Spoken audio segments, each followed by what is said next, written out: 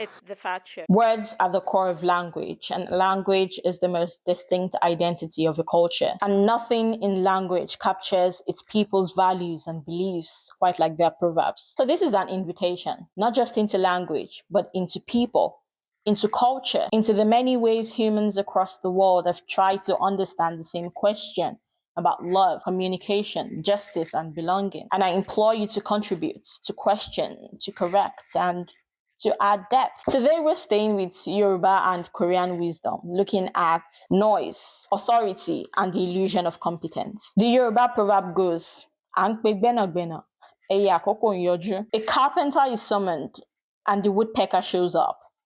Gbẹ́nàgbẹ́nà means a carpenter, a skilled wood carver, while ẹyẹ àkókó means a woodpecker, the bird that pecks noisily at wood. The humor and criticism in the proverb is obvious. The woodpecker walks on wood, but similarity of action is not equivalence of skill. A carpenter is being called someone who understands wood and whose hands have been trained through years of discipline and patience. Yet, instead of this expert, a woodpecker appears, announcing itself loudly and confidently. But underneath the humor, the proverb provides a quiet rebuke. It speaks to those who step forward too quickly, who assume relevance without invitation, who mistake proximity for qualification. This proverb asks a simple question: if you were not called, why are you there? Someone has identified the need for expertise. So an elder is called upon when wisdom is needed, an expert when skill is required, a leader when the way forward is obscure. But instead, the woodpecker inserts itself. Why are you speaking out of place? Why are you assuming authority you haven't earned? Why are you answering a call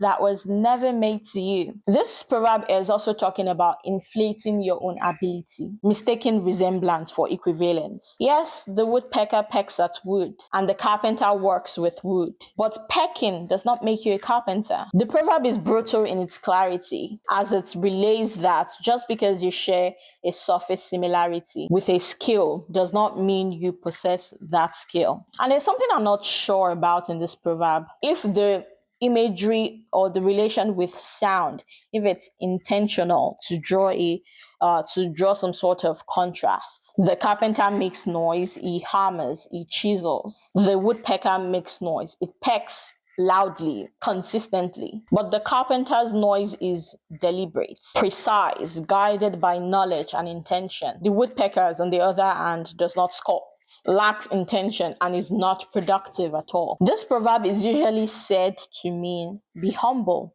and never think too highly of yourself. Now, if I stretch the understanding of this proverb, it's not really what it means, but it almost sounds like stay in your place, don't speak unless invited, wait to be called. But real life doesn't always work that way. There are moments where you have to speak for yourself, moments where no one will call you unless you call yourself. Moments where if you don't take a seat at the table, you'll never be offered one. I think the answer lies in understanding context, timing, and limitation. There are spaces where you truly do not belong, and there are times where it's okay to step forward. Knowing the difference is where wisdom lies. Because this proverb is not condemning confidence. It's aimed at people who confuse confidence with skill. People who think if they make noise loud enough, it can cover up or make up for their lack of expertise and divert your attention from the fact that they have no real skill. The Korean proverb mirrors this theme. "빈수레가 요란하다." An empty cart makes the most noise. The usage of cart, sure, in this proverb is intentional. In traditional Korean society, carts were associated with labor, transport, and utility. A good cart was judged by how smoothly and quietly it moved.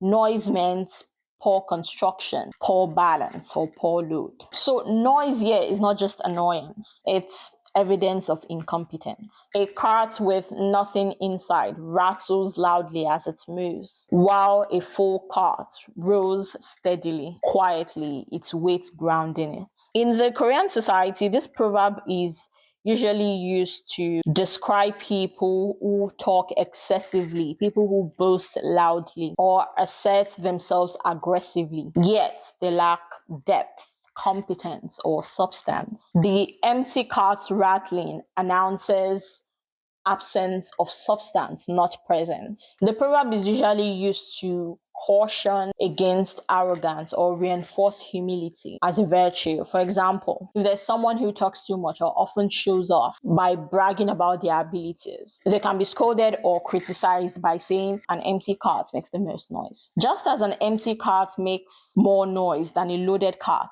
The same thing for skill or ability. A person who is empty inside, they have no substance, talks more on the outside and is full of empty boasts. They are lacking in knowledge or ability or character in order to hide those weaknesses or flaws. They show more on the outside, more pretense. Also, sound is equally important here. The rattling draws attention. It demands acknowledgement. But the sound is not coming from weight. It's coming from the lack of. This aligns closely with the woodpecker in the Yoruba proverb. Just as the woodpecker pecks loudly without the trained intentionality of the sculptor, the empty cart draws attention not through skill, but through disturbance. In both cases, sound creates an illusion of relevance. Together, both proverbs say some people arrive loudly where they do not belong, and their noise often hides the fact that they have nothing to offer. So, what does your culture say about noise,